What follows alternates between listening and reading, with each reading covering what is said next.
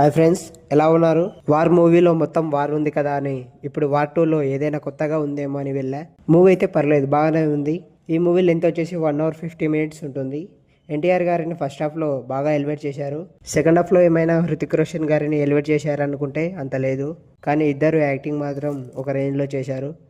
తప్పకుండా చూడండి. First half బాగానే వెళ్తుందిలే అనుకుంటే సెకండ్ హాఫ్ కంటెంట్ తగ్గింది, కొద్దిగా స్లోగా వెళ్తుంది. అలాగా ఎన్టీఆర్ గారిని చూస్తున్నాం అనిపిస్తుంది. సెకండ్ హాఫ్ కొద్దిగా ఇంట్రెస్టింగ్ గా లేకుండా ఉంటుంది. ఇంట్రో సీన్స్ అయితే ఇద్దరు బాగా చూపించారు. ఫస్ట్ హాఫ్ లో ఎన్టీఆర్ ఫ్యాన్స్ కి అయితే ఫుల్ జోస్ ఇస్తుంది. సెకండ్ హాఫ్ లో కొద్దిగా డిసప్పాయింట్ అవ్వచ్చు.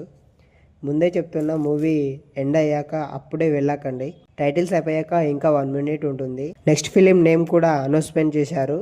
ఒక కొత్త క్యారెక్టర్ ఇంట్రడక్షన్ కూడా ఉంటుంది.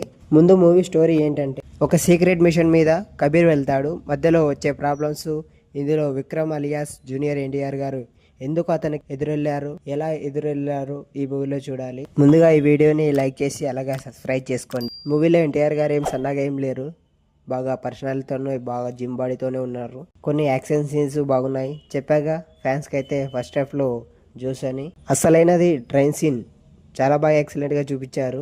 అప్పుడు ఎన్టీఆర్ గారిని ఎలివేట్ చేసిన విధానం బాగుంది. ఖైరాజ్ వాణి గారు, అనిల్ కపూర్ గారు, అశుతోష్ రాణా గారు బాగా పర్ఫార్మెన్స్ చేశారు. మూవీ ముందుకు వెళ్తున్న కొద్దీ ఏదో ఒకటి రివీల్ అవుతూనే ఉంటాయి. బ్యాక్గ్రౌండ్ కూడా బాగుంది. విఎఫ్ఎక్స్ అక్కడక్కడ కొద్దిగా తగ్గిందంతే. సినిమా ఆటోగ్రఫీ చాలా బాగుంది. ఫ్యామిలీతో కూడా చూసేయచ్చు. మూవీకి అయితే తప్పకుండా వెళ్ళండి, చూడండి. మూవీ చూసిన వాళ్ళైతే కామెంట్ చేయండి. ఆల్రెడీ మూవీ చూసిన వాళ్ళు ఉంటే కామెంట్ చేయండి.